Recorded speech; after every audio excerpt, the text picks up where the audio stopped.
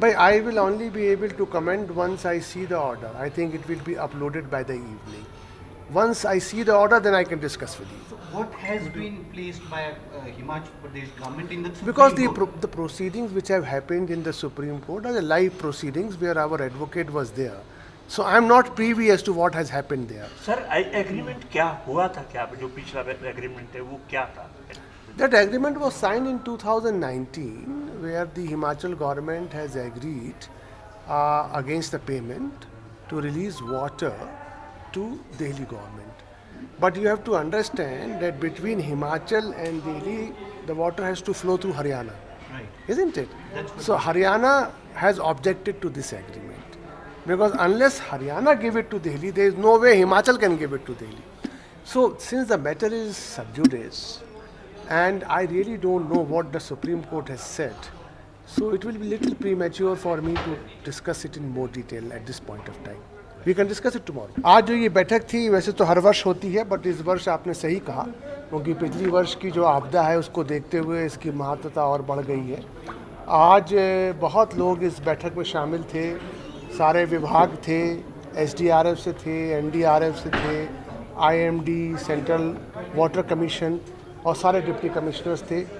तो सब ने एक तो अपना जैसे कि CWC ने और IMD ने सब ने अपना फोरकास्ट बताया कि इस बार आज की तारीख में क्या एक्सपेक्टेड है, मानसून की क्या पोजीशन है, और हमने स्टॉक लिया कि हमारे इक्विपमेंट्स की क्या पोजीशन है, सैटेलाइट फ़ोन्स की क्या पोजीशन है। और सबसे महत्वपूर्ण बात ये हम लोगों ने देखी कि पिछली बार भी हमने देखा था कि जो डैम में पानी जो बरस रहा था उसके बाद से डैम से जो पानी बहुत छूटा, तो उसके बारे में ये एक चिंता अभी भी व्यक्त की गई है कि जो अर्ली वार्निंग सिस्टम्स हैं वो अभी भी पूरी प्लेस में नहीं हैं।